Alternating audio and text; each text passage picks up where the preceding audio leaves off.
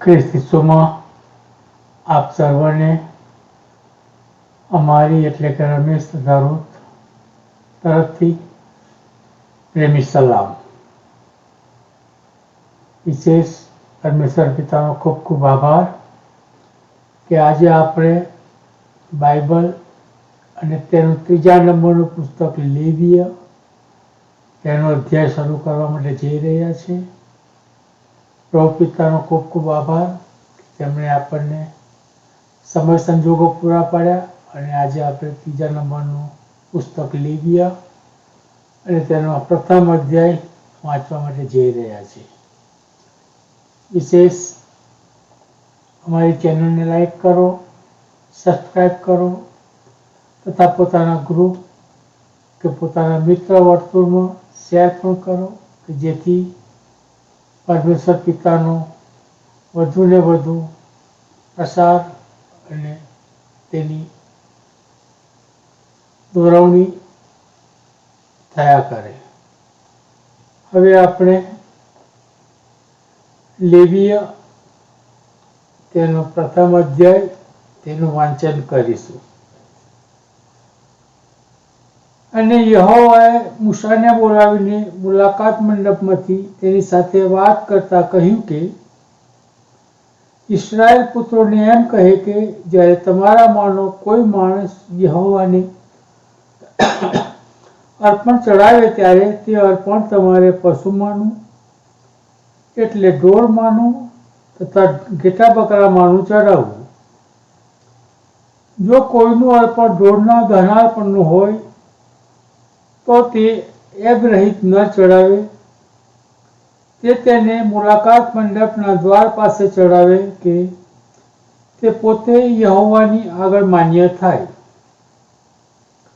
અને તે ધનાર્પણના માથા પર પોતાનો હાથ મૂકે અને પ્રાયશ્ચિત કરવા તે તેને સારું માન્ય થશે.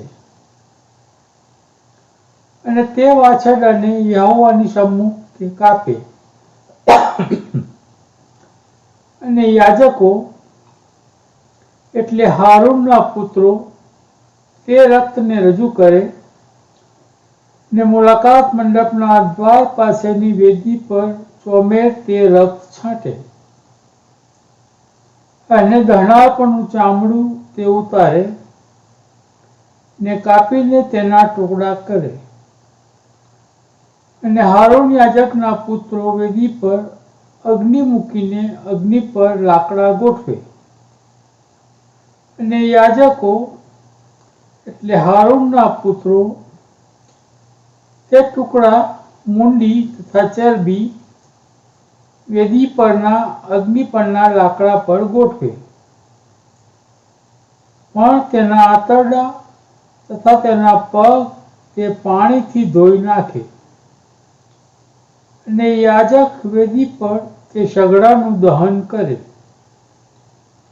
તે યહોવાને સારું સુવાસિત દહનાર્પણ એટલે હોમ યજ્ઞ છે.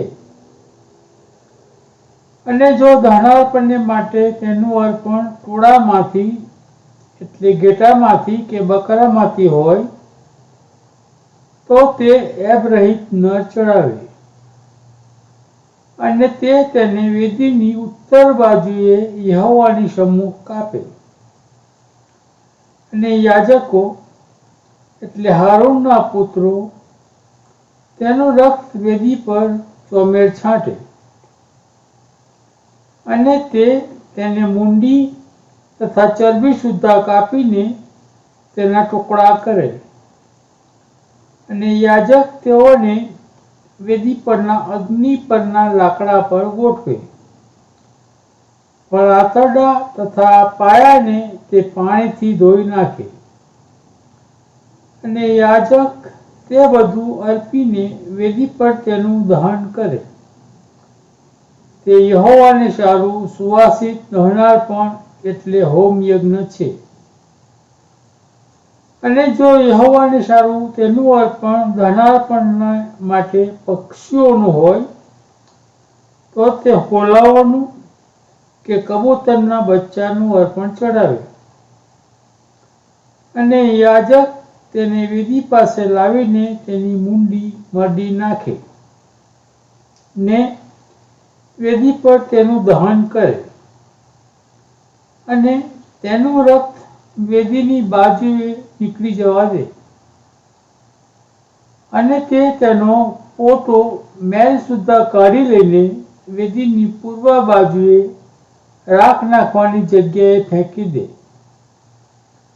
અને તે તેને પાંખો પાસેથી ચીરે પણ તેના 2 ભાગ પાડી ન દેવા અને યાજક વેદી પરના અગ્નિ પરના લાકડા પર તેનું દહન કરે. તે યહોવાને સારું સુવાસિત દહનાર્પણ એટલે હોમ યજ્ઞ છે. પ્રભુ વાંચેલા વચનોને પુષ્કળ આશીર્વાદિત કરો. પ્રાર્થના કરીશું. હે પરમ પિતા પરમેશ્વર, રાજાઓના રાજાની પ્રભુઓના પ્રભુ, અમે તમને ધન્યવાદ આપીએ છીએ બાપ કે તમે અમને સાક્ષ્ય સંભાળ્યા પ્રભુ અને પુષ્કળ આશીષ અને કૃપાથી ભરો છો. અમારા જીવનમાં તમે આ સુંદર દિવસ આપ્યો છે એના માટે પણ અમે તમારો પુષ્કળ આભાર તથા ઉપકાર માનીએ છીએ. હા બાપ, તમે દયાળુ ને કૃપાળુ એવા બધા અમને પ્રભુ મળ્યા છે એના માટે પણ બાપ અમે તમારો આભાર માનીએ છીએ પ્રભુ. તમારો બાપ ખૂબ જ નજદીક છે પ્રભુ. તમે ક્યારે આવશો અમે જાણતા નથી, પણ તમે આવો ત્યારે મેં તમને મળવાની તૈયાર રહીએ. એ માટે પ્રભુ તમે અમને તમારા એવા બાળકો બનાવો પ્રભુ. અમે શેતાનના માર્ગોમાં નહીં પણ તમારા માર્ગનો અપનાવીએ એવું તમે કૃપા તમે થવા દેજો. જ્યાં જ્યાં લડાઈ છે, તોફાન છે, વાવાઝોડું છે, ઘણી બધી મુશ્કેલીઓ છે પ્રભુ, ઘણા બધાના ઘરમાં પણ નાની મોટી મુશ્કેલી પ્રશ્નો છે, ત્યારે સર્વને પ્રભુ તમે સારું કરી દો, તમે બધું શાંત પાડો એ તમારે અમે ખાસ પ્રાર્થના કરીએ છીએ. જે લોકો સતાવે છે તમારા બાળકોને એ લોકો માટે પણ માંગીએ છીએ પ્રભુ કે અમારા હૃદયમાં તમે વાત અને વ્યવહાર કરો પ્રભુ. એ લોકો ખુદ તમારા બાળકો બની જાય એવું તમે થવા દેજો. અને જેઓ સતાઈ રહેલા છે એવા માટે પણ માંગીએ છીએ પ્રભુ કે તમે તેઓની હિંમત, શક્તિ અને બળ આપજો અને તમારું સામર્થ્ય પ્રભુ તમે પૂરું પાડજો અને એ લોકો પ્રભુ બીવે નહીં એવું તમે થવા દેજો. હા બાપ, કારણ કે તમે કીધું છે કે જગતને મેં જીત્યું છે એમ તમે હિંમત રાખો. ત્યારે પ્રભુ પિતા અમે હિંમત રાખીએ અને અમે તમારી પર વધુ ને વધુ વિશ્વાસ કરીએ પ્રભુ. એ માટે પ્રભુ તમે અમારી સહાય અને મદદ કરજો, કારણ કે અમે નબળા છે પ્રભુ. ત્યારે પ્રભુ તમે અમને જોર આપો એ તો પાછળ અમે પ્રાર્થના કરીશું. ઘણા બધા બીમાર છે પ્રભુ, તે સર્વને તમે સાજા પણ આપજો, દુઃખિત પરિવારને દિલાસો આપજો, નિરાધાના આધાર, વિધવાના બેલી, અનાથાનો નાથ તમે થજો. જે ઘરમાં મરણે પ્રવેશ કર્યો હોય એ દુઃખિત પરિવારને તમે દિલાસો આપજો, એમના આંસુ તમે લૂંટજો અને કંઈ પણ જરૂરત હોય પ્રભુ એ ખોટ તમે પૂરી પાડજો. એ તમારા પાસે અમે પ્રાર્થના કરી છે પ્રભુ. જે કંઈ વચનો વાંચવામાં આવે વચનો પર તમે પુષ્કળ આશીષ અને કૃપા વરસાવજો અને જે લોકો સાંભળે પ્રભુ એમના હૃદયમાં પણ તમે વાત અને વ્યવહાર કરજો પ્રભુ અને તમારી તરફ દ્રષ્ટિ રાખે પ્રભુ અને તમારા માર્ગોમાં ચાલે એવું તમે થવા દેજો. અમે તમારા હાથોમાં સોંપાઈએ છીએ પ્રભુ. જે કંઈ માંગ્યું તમારા દીકરા ઈસુ ખ્રિસ્તના જયના નામથી માંગીએ છીએ. સાંભળો અને છૂટા કરજો પ્રભુ. આમેન.